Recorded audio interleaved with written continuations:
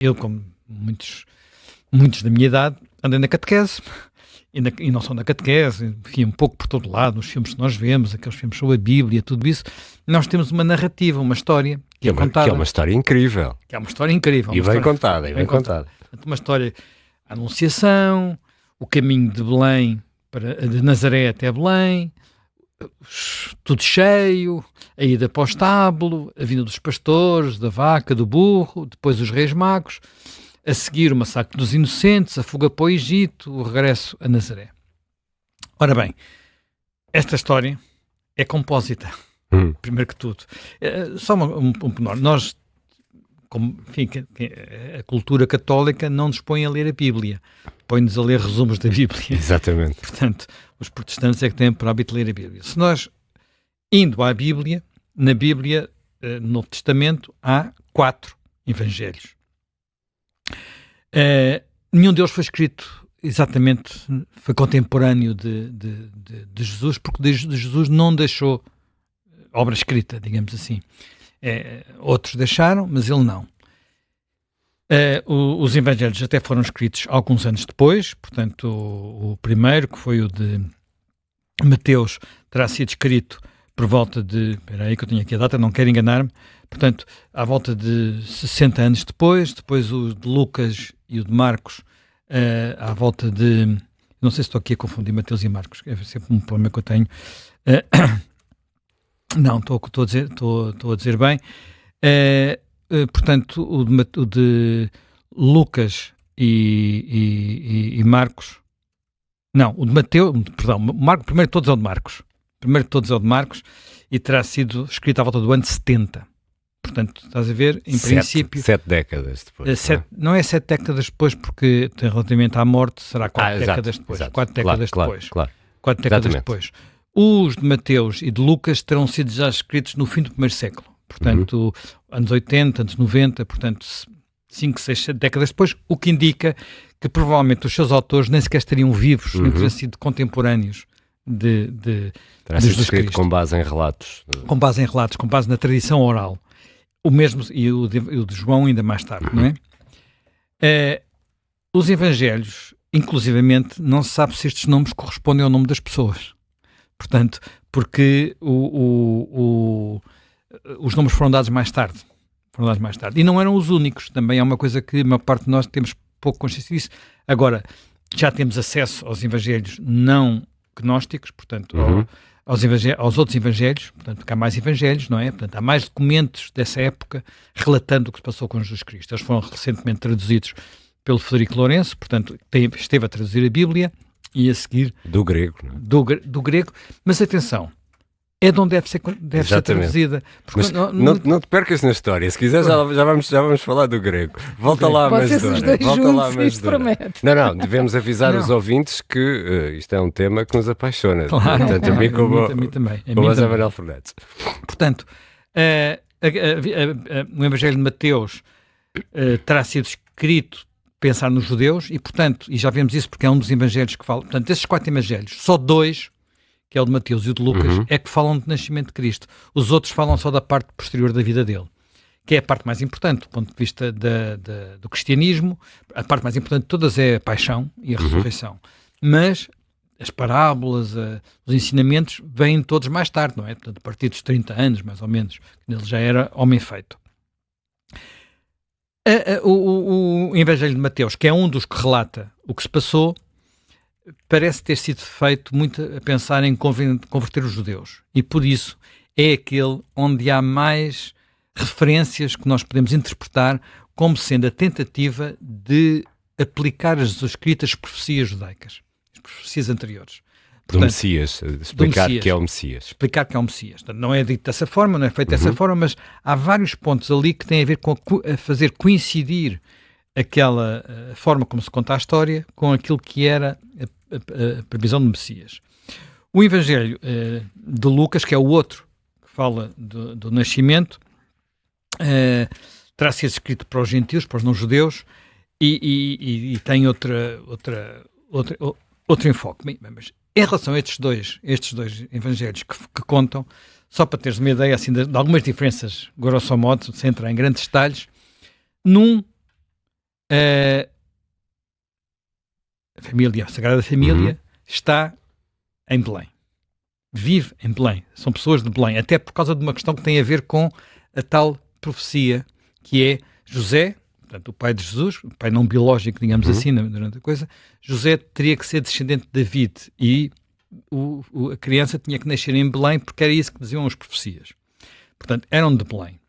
No outro Evangelho, vem de Nazaré. De Nazaré. Nazaré fica muito longe, portanto fica, enfim, hoje em dia não é muito longe, mas na época seria 90 km, mais ou menos, sim, à volta disso.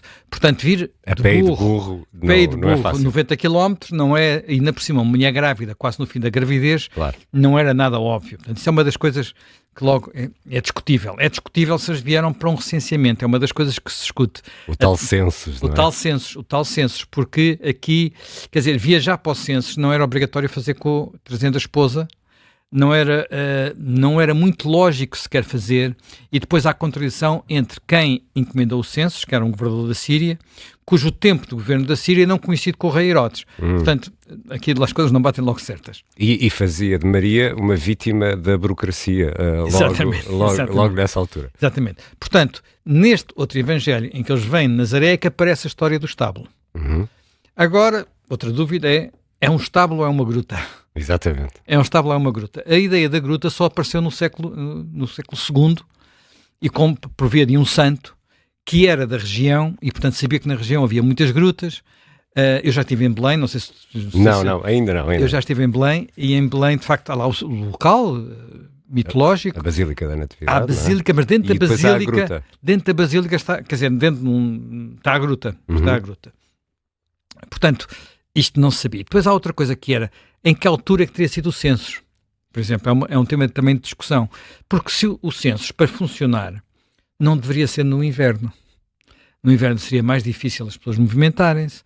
Portanto, não faria muito sentido. E se fosse no inverno, problema da data, se fosse no inverno, também não era normal que os pastores estivessem no campo e vissem uma estrela e viessem atrás da estrela até ao presépio, digamos assim. Portanto, aliás, há uma coisa curiosa, que é o burro e a vaca não estão em nenhum dos evangelhos. São omissos. E o Papa Bento XVI referiu com grande polémica numa obra que fez e na altura deu grande polémica. Essa obra, portanto, estamos a falar de Jesus de Nazaré, que é uma obra, é basicamente teológica, é uma discussão teológica sobre a figura de Jesus, muito a responder a teólogos islâmicos, muçulmanos, porque é uma coisa que eu também não sabia. O nome de Jesus aparece mais vezes no Corão do que o nome de Maomé. É um profeta É um profeta do Islão, portanto não tem o caráter sagrado que tem no cristianismo, mas o seu nome é citado mais vezes que é citado no próprio nome de Maomé. É uma coisa que não deixa de ser curioso. Portanto, mesmo no Islão é uma figura importante, portanto, é muito relevante. E, portanto, voltando aqui aos pontos que não me batem todos certos na história. Os reis magos. Quer dizer, os evangelhos não falam em reis magos, falam em sábios. Do Oriente. Sábios do Oriente. E, portanto, não há nenhuma indicação segura de que seriam realmente reis. E aparecem mais, aparentemente, para confirmar a ideia da profecia. Porquê? Porque o Messias é o rei dos judeus. E daí a questão do massacre dos inocentes, e Herodes, que era o rei, não queria que houvesse rivais. E Herodes era um rei terrível, não é? Só para teres uma ideia, quando Herodes morreu, queria que toda a gente o chorasse. Como ele não tinha a certeza que iam chorar por terem amor a ele, deu uma ordem, que depois não foi cumprida pela filha, para matarem dezenas de pessoas, para todas terem razão verdadeira para chorar. Para chorar. Portanto, estás a ver o tipo de o grau de loucura, o grau de loucura. Aliás, havia uma coisa que dizia assim, Herodes não era judeu, mas tentava imitar os judeus e, portanto, não comia carne de porco. Os judeus também não comem carne de porco, tal como os muçulmanos. Então ele matou tantos dos seus filhos, para não ter rivais, que havia um provérbio, parece que um imperador ou um governante romano terá dito: antes ser porco de Herodes, porque ele não ia matá-lo, não ia comê-lo, do que filho. tinha mais garantias de sobrevivência. Mais garantias de sobrevivência. Vê lá bem o tipo de pessoa que era Herodes. Bem, independentemente disso, para ser rei era preciso ser anunciado com algumas coisas mitológicas, daí a ideia da estrela que guia, que é uma coisa que aparece aparece noutras religiões antes, portanto, não é original. Daí também o ouro, essência e mirra, o ouro talvez não fosse ouro, fosse um produto dourado, digamos, que estavam associados à realeza, portanto, a esse ponto. E tem significados também. Tudo isso tem significados. Com a finitude do ser humano, bom, enfim, os três presentes tudo isso. dá outro programa. Quase. Finalmente, só para dar uma ideia, o problema da data, que é uma data. Quer dizer, eu penso que já referi que Herodes estava vivo e Herodes morreu no ano 4 a.C. e isso temos com alguma segurança, porque há talvez a história mais detalhada da região nesse período é escrita por um judeu, Josefos, que é aquele judeu que foi de alguma forma um traidor e que conta a guerra de 66, portanto há uma guerra muito... É quando é destruído o templo, não é? Portanto, há uma revolta judaica em 66, uma revolta muito violenta, é também onde ocorre o episódio de Massada, não é? Do cerco de Massada e do suicídio coletivo dos judeus de Massada. E quem relata essa guerra é o Josefos, e os Josefos também têm referências a Herodes, naturalmente, e nós temos alguma segurança sobre quem aquele seria. Portanto, há fontes históricas sólidas, portanto, arqueológicas e escritas. Portanto, em princípio, se ele nasceu com Herodes, poderá ter nascido uns anos antes. Muito provavelmente também não terá sido às 0 horas do dia 25. Não foi o primeiro bebê do dia 25. Do dia 25, porque a data, 25 de dezembro, só é fixada muito mais tarde.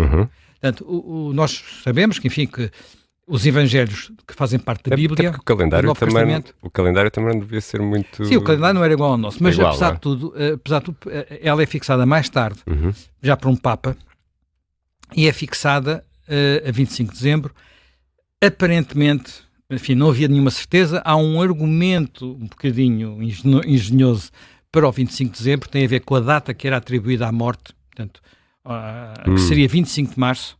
Ora, se ele, só para fazer bater as coisas certas, 25 de março, dia da morte, vamos andar para trás e vamos pensar que ele também foi concebido num dia 25 de março e, portanto, 9 meses depois é 25 de dezembro. Enfim, é um argumento engenhoso. Para haver aqui algum alinhamento cósmico ou divino. Exatamente.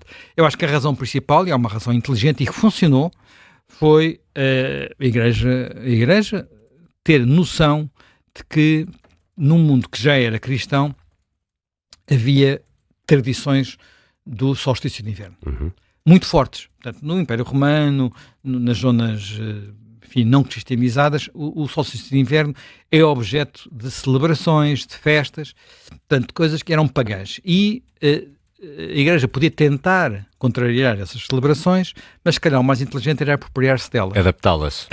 Adaptá-las e apropriar-se delas. Portanto, o solstício de inverno costuma ser 22 de dezembro, 25 de dezembro, bate certo, e portanto, e isso funcionou bem. Portanto, nós temos hoje em dia muitas coisas que associamos ao Natal, que se formos escavar um pouco nas suas origens, formas de comer, formas de festejar, muitas coisas, escavamos um bocadinho na sua origem e encontramos festas pagãs. Até a forma de enfeitar algumas árvores. Até a forma de enfeitar, muitas coisas dessas. Agora bem, só porque, enfim, já me estou a estender um bocadinho, que é a hora de chamar a atenção para um ponto que é o seguinte. Bem, qual é a importância da história ser esta ou não ser esta? Portanto, primeiro ponto, os evangelhos são fixados bastante tempo depois, não é? Portanto, os 4 evangelhos que conhecemos, não é? Como já disse, não eram os únicos 4, a sua escolha é feita a posteriori, até batizá-los com nomes é feita a posteriori, portanto, correspondem de alguma forma a um esforço de ter uma narrativa única. Eles terão sido escritos com base na tradição oral, naquilo que eram as memórias que existiam naquela região. E, portanto, é natural que, se pensarmos numa tradição oral décadas depois, que é quando é feito este relato, percebemos que não tem que ser muito rigorosa e que há neles uma preocupação, sobretudo no que vai à procura digamos, da confirmação da mensagem do Messias, da história bater certo com aquilo que eram as profecias judaicas. portanto, aqui não há nada de extraordinário. Ora, diz-se, mas está bem, mas e a Bíblia? Então, o que a Bíblia conta não é verdade. Muitos foram ensinados a dizer que havia uma verdade bíblica. Exatamente. Essa é a verdade bíblica. Olha, apesar de não falar do Novo Testamento, saiu recentemente um livro que nós, de um autor que nós até entrevistámos aqui no Observador, chama-se, ele é um padre jesuíta, especialista em estudos bíblicos, Francisco Martins. A Bíblia tinha mesmo razão, as histórias de Israel e o Israel da história. Mas é basicamente o Antigo Testamento. É um livro bem interessante, eu não li todo, mas li pedaços, permite cruzar arqueologia com o que nós sabemos e percebemos que, inclusivamente, algumas das tradições bíblicas têm a ver com as tradições daquela região, uma região que vai do Egito à Babilónia. Portanto, não é só a Palestina, digamos assim, ou a Galileia e a Judeia e essa zona toda que fica ali naquela zona. Portanto, isto, quando nós o entrevistámos, o Francisco Martins, foi-lhe feita uma pergunta e ele deu uma resposta que eu achei particularmente interessante, mas mesmo particularmente interessante, que foi a ideia de que a Bíblia, de alguma forma, é histórica sem ter que ser histórica, porque é uma consagração de parábolas e de mitologias que têm fundamento na história e que podemos comparar com o quê? Com os Lusíadas. Portanto, é uma construção literária. Os Lusíadas, nós sabemos que aquilo que o Camões relata... Aquele relato heroico, não é? Aquele relato heroico tem raízes históricas, aquilo passou-se mais ou menos assim, mas não é história. Mas não é história. E nós podemos ir mais atrás. Podemos ir à Eneida, podemos ir à Ilíada do Homero e perceber que aquilo tem fundamento histórico. Portanto, é ficção histórica agora tanto na moda, não é? Exatamente. Pronto, mas com um lado mais heroico e mais mitológico. E que tem o valor não de... quer dizer, o valor da figura de Jesus Cristo não é apenas saber se ele foi ou não concebido a partir de uma virgem, não é? Coisa que, aliás, de resto, não é impossível. Não é impossível e não é preciso haver inseminação artificial. Não vou entrar agora em detalhes, mas... Eu agora ia puxar por ti, Zé Manel. Não vou entrar em detalhes. Portanto, nós estamos a uma hora da emissão que permita isso. Portanto, mas aliás, já agora só um pequeno parênteses. A própria figura de Jesus e a figura de Maria aparecem mais tarde no Talmud e também em textos judaicos muito irritados e muito maliciosos, em que tudo é tratado de forma... Portanto, porque a certa altura os judeus não aceitaram Jesus Cristo e houve quem não aceitasse mal, digamos assim. E esses textos, que, enfim, talvez alguém pense associar ao antissemitismo, existem, mas não são recomendáveis. E tudo isso depois contribuiu para essa ideia de que ainda hoje perdura em alguns setores, que os judeus são os assassinos de Jesus, não é? E tudo isso alimentou uma série de ódios e ajudou. É verdade. Nós, quando vemos a história melhor e conhecemos a época, percebemos que não terá sido exatamente assim, não é? E que estamos num período, estamos a falar, enfim, as datas são o que são, mas se falarmos em 33 DC, não é? Depois de Cristo, estamos a uma geração da grande revolta judaica, que é 66. Tal que eu falei há pouco dos Josefos, e foi uma revolta que acabou com a destruição do templo, porque os romanos, e enfim, não sei se tu nunca já percebi que não estiveste nunca naqueles territórios. Não, infelizmente ainda não. Mas quem foi alguma vez a Massada? Massada é um sítio mítico dos judeus, porque foi o último local da resistência. Massada é um sítio quase inacreditável de ver como é que lá se pode chegar. Portanto, é uma fortaleza que era uma pequena povoação no alto de uma montanha. Vai-se de teleférico, para teres ideia, vai-se de teleférico, e quando nós estamos lá dizemos, mas como é que os romanos conseguiram entrar aqui dentro? Como é que chegaram cá? Como é que cá se conseguiram chegar? E depois, vamos ver a história, e eles construíram durante meses, um dique com terra, tiveram que trazer para ali areia, terra que nunca mais... Portanto, uma coisa gigantesca, estamos a falar de dezenas de metros de altura, centenas de metros de altura, para que as suas legiões pudessem chegar à muralha. Porque nem sequer conseguiam aproximar-se da muralha. Portanto, tão alto que ele estava. Portanto, estamos a falar dessa revolta que acontece pouco tempo depois da morte de Jesus Cristo, portanto, que tenha havido e que viria seguramente nessa época, naquela região, portanto, figuras que de alguma forma traduziam insatisfação, é muito natural. Até porque o cristianismo, tal como o conhecemos hoje, é basicamente, não é uma coisa, é basicamente uma criação de Paulo, não é? Uhum. Paulo é que no caminho para Damasco vê a luz, tem a revelação, e depois é o grande evangelizador e é verdadeiramente o que cria. Aliás, os documentos mais antigos do Novo Testamento não são os evangelhos, são algumas epístolas. Uhum. Portanto, e eu acho que isto tudo é sempre muito fascinante, sendo que aquilo que quer os teólogos, quer os historiadores cristãos gostam de sublinhar, é que o importante de facto é a figura, não é saber se não são os detalhes históricos. O importante nas parábolas não é saber se houve ou não houve multiplicação dos pães, ou houve ou não houve alguém a andar por cima da água. É o sentido que isso possa ter na mensagem e na transmissão da mensagem de Jesus Cristo.